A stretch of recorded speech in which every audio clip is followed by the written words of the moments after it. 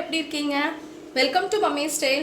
நான் இன்னைக்கு உங்களுக்கு இந்த லாக்டவுன் பீரியடில் இன்னும் ஒரு சிம்பிளான இன்க்ரீடியன்ட்ஸ் வச்சு ரொம்ப ஈஸியான ஒரு ரெசிபி தான் நான் உங்களோட ஷேர் பண்ண போகிறேன். வாங்க எப்படி செய்யலான்னு பார்க்கலாம். இன்றைக்கி நான் உங்களோட ஷேர் பண்ண போகிற ரெசிபி வந்துட்டு ரிப்பன் பக்கோடா. ஸோ இதுக்கான இன்க்ரீடியன்ட்ஸ் என்னென்னு பார்த்துடலாம். ஆயில், ரீஃபைண்ட் ஆயில், நீங்கள் வைக்கிற பாத்திரத்தை பொறுத்து உங்களுக்கு தேவைப்படுற ஆயில் ஒரு 1/4 லிட்டராச்சும் தேவைப்படும். சால்ட் அவ்வளோ நம்ம யூஸ் பண்ண போகிறதில்ல, பொரிச்சிட்டு மிச்சத்தை நம்ம எடுத்து வச்சுக்க போகிறோம் மிச்சத்துக்கு யூஸ் பண்ணிக்கிறதுக்கு. அதுக்கப்புறம் சால்ட் கொஞ்சம் தேவையான அளவு, 1/4 கப்பு கடலை மாவு, 1/4 கப்பு பொட்டுக்கடலை மாவு, 1 கப்பு வந்துட்டு அரிசி மாவு. இது வந்து என்ன அப்படின்னா 2 பல்லு பூண்டு, அதை வந்துட்டு நான் வந்துட்டு கொஞ்சம் நல்லா மேஷ் பண்ணி வாட்டரோட நல்லா அரைச்சி வச்சுருக்கேன். இது வந்துட்டு நல்ல ஒரு ஃப்ளேவர் கொடுக்கும். ப்ளஸ் கடலை மாவு இதெல்லாம் இந்த மாதிரி சாப்பிட்றதுனால இது நல்லா டைஜஷனுக்கும் ஹெல்ப் பண்ணும். பெருங்காய பொடி, அதுவும் டைஜஷனுக்காக தான் ஹெல்ப் பண்ணும், ப்ளஸ் நல்ல ஒரு ஃப்ளேவருக்காக. இது போக ஒரு 1/2 டீஸ்பூன் வந்துட்டு சில்லி பவுடர், 1/2 டேபிள் ஸ்பூன் வந்துட்டு பட்டர். நம்ம இதை மிக்ஸ் பண்ணும் போது நம்ம அந்த பிடிச்சி அந்த மாவு வந்துட்டு அப்படியே நிற்கிற மாதிரி இருக்கிற அளவுக்கு மட்டும்தான் நம்ம யூஸ் பண்ண போகிறோம். நம்ம பிசையும் போது பார்த்துக்கலாம். 1லேருந்து 1/2 டேபிள் ஸ்பூன் வரைக்கும் நமக்கு தேவைப்படும். இது போக இந்த அச்சு, இந்த அச்சில் இந்த இது தான் நம்ம வந்து யூஸ் பண்ண போகிறோம் இந்த ரிப்பன் பக்கோடாக்கு. இது போக தேவையான அளவு தண்ணி, அவ்வளோதான். வாங்க இதெல்லாம் மிக்ஸ் பண்ணிடலாம். இப்போது நம்ம இது எல்லா இன்க்ரீடியன்ஸும் மிக்ஸ் பண்ண போகிறோம். 1 கப் அரிசி மாவு, எந்த கப் எடுத்தீங்கனாலும் அதில் 1 கப் அரிசி மாவு, 1/4 கப் கடலை மாவு, அதே கப்பில் 1/4 கப் வந்துட்டு அரைச்சி நல்லா அதை வந்து இது பண்ணிடணும், நல்லா சளிச்சிடணும். சளிச்ச பொட்டுக்கடலை மாவு. இப்போ இது வந்துட்டு 250 கிராம்ஸு. பொட்டுக்கடலை வந்துட்டு நல்லா மிக்சியில் பொடி பண்ணிவிட்டு அதை வந்து சளிச்சு வச்சுக்கோங்க, இல்லைன்னா அது பொரிக்கும் போது டிஸ்டர்ப் ஆகும். இப்போது 1/4 கப்பு கடலை மாவு, சில்லி பவுடர், பெருங்காய பொடி,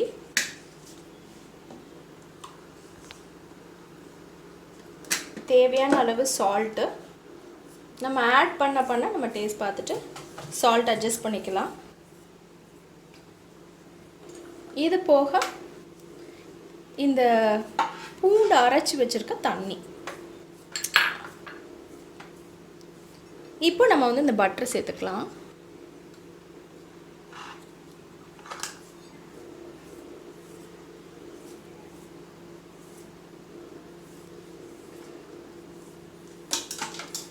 இது நல்லா வந்து மிக்ஸ் பண்ணிவிடுங்க. இந்த கார்லிக் தண்ணி ஆட் பண்ணுறதுக்கு முன்னாடியே பட்டர் வந்துட்டு சேர்த்துட்டாலும் இன்னும் பரவாயில்ல. இப்போ இது வந்துட்டு பார்த்திங்கன்னா அந்தளவுக்கு பிடிக்க வரல, அந்தளவுக்கு வரல. ஸோ நம்ம இதையும் ஆட் பண்ணிக்கலாம். ரொம்ப நிறையாவும் பட்டர் ஆட் பண்ணிட்டிங்கன்னா நல்ல எண்ணெய் குடித்த மாதிரி வந்துடும். அதனால் அதை கரெக்டாக அளவாக தான் சேர்க்கணும். பட்டர் இல்லை அப்படின்னா ஒன்றும் பிரச்சனை இல்லை. சூடான எண்ணெய் வந்துட்டு அப்படியே சூடாக சட்டியை காய வச்சு சூடான எண்ணெயை இதே அளவுக்கு சேர்த்துருங்க. இப்போ பார்த்தீங்கன்னா மணலாக வந்திருக்கிறது தெரியுதா? ஸோ இந்த பூண்டு போட்டால் ரொம்ப நல்ல ஃப்ளேவர்ஃபுல்லாகவும் இருக்குது. நான் ப்ளைனாகவும் செஞ்சு பார்த்துருக்கேன், பட் பூண்டு போடும்போது ரொம்ப நல்லா இருக்குங்க.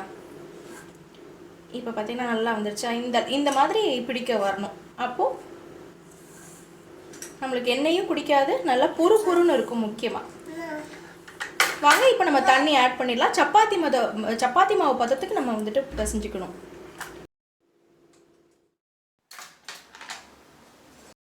ஆயில் நல்லா ஹீட் ஆயிடுச்சு. இப்போ நம்ம இதுலேயே வந்துட்டு ப்ரெஸ் பண்ணிடலாம்.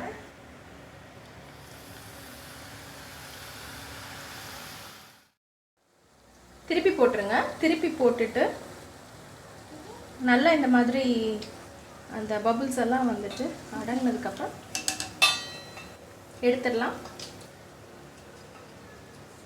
சூப்பராக ரிப்பன் பக்கோடா ஈஸியாக ரெடி ஆயிடுச்சு.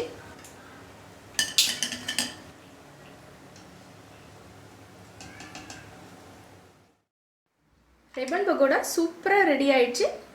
இந்தளவுக்கு மாவு போட்டு இந்தளவுக்கு நம்மளுக்கு கிடச்சிருக்கு.